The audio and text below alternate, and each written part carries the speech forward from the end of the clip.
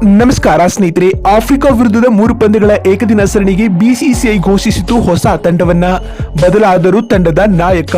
ಹಾಗಾದ್ರೆ ಬಿಸಿಸಿಐ ಪ್ರಕಟಿಸಿರುವ ಆ ಹೊಸ ಟೀಮ್ ಯಾವ ರೀತಿಯಾಗಿರುತ್ತೆ, ಸುದ್ದಿಯ ಸಂಪೂರ್ಣ ಮಾಹಿತಿ ಏನು ಎಂಬುದನ್ನು ತಿಳಿಯುವುದಕ್ಕಿಂತ ಮೊದಲು ನೀವು ಕೂಡ ಕನ್ನಡಿಗ KL ರಾಹುಲ್ ರವರ ಅಪ್ಪಟ ಅಭಿಮಾನಿಗಳಾಗಿದ್ದರೆ ತಪ್ಪದೆ ಈ ಕೂಡಲೇ ಈ ವಿಡಿಯೋಗೊಂದು ಲೈಕ್ ಮಾಡಿ ಮತ್ತು ಅಗತ್ಯವಾಗಿ ಚಾನೆಲ್ಗೊಂದು ಸಬ್ಸ್ಕ್ರೈಬ್ ಮಾಡಿ.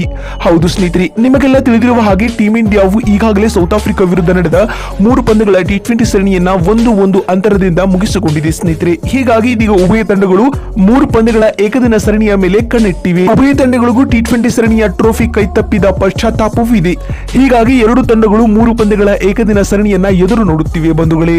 ಹಾಗಾದ್ರೆ ಈ ಏಕದಿನ ಪಂದ್ಯಗಳು ಯಾವಾಗ ಎಲ್ಲಿಂದ ಆರಂಭಗೊಳ್ಳಲಿದೆ ಅಂತ ನೋಡ್ತಾ ಬರುವುದಾದ್ರೆ, ಮೊದಲನೇದಾಗಿ ಈ ಏಕದಿನ ಸರಣಿಯ ಮೊದಲ ಏಕದಿನ ಪಂದ್ಯವು ಇದೇ ಡಿಸೆಂಬರ್ 17ರಂದು ಅಂದ್ರೆ ಬರುವ ಭಾನುವಾರ ನಡೆಯಲಿದೆ ಬಂಧುಗಳೇ.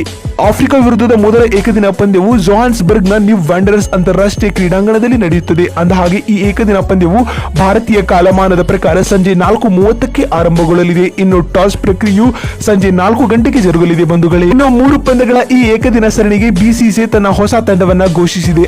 ಅಲ್ಲದೆ ತಂಡದ ನಾಯಕನನ್ನ ಕೂಡ ಹೊಸಬರನ್ನಾಗಿ ನೇಮಕ ಮಾಡಲಾಗಿದೆ ಸ್ನೇಹಿತರೆ. ಹಾಗಾದ್ರೆ ಸೌತ್ ಆಫ್ರಿಕಾ ವಿರುದ್ಧದ 3 ಪಂದ್ಯಗಳ ಏಕದಿನ ಸರಣಿಗೆ ಬಿಸಿಸಿಐ ಪ್ರಕಟಿಸಿರುವ ಭಾರತದ ಆ ಸ್ಟ್ರಾಂಗೆಸ್ಟ್ ತಂಡ ಯಾವ ರೀತಿಯಾಗಿದೆ ಅಂತ ನೋಡ್ತಾ ಬರುವುದಾದ್ರೆ, ಆಫ್ರಿಕಾ ವಿರುದ್ಧದ 3 ಪಂದ್ಯಗಳ ಏಕದಿನ ಸರಣಿಗೆ ಟೀಮ್ ಇಂಡಿಯಾದ ಸ್ಕ್ವಾಡ್ ಈ ರೀತಿಯಾಗಿದೆ ಸ್ನೇಹಿತರೆ.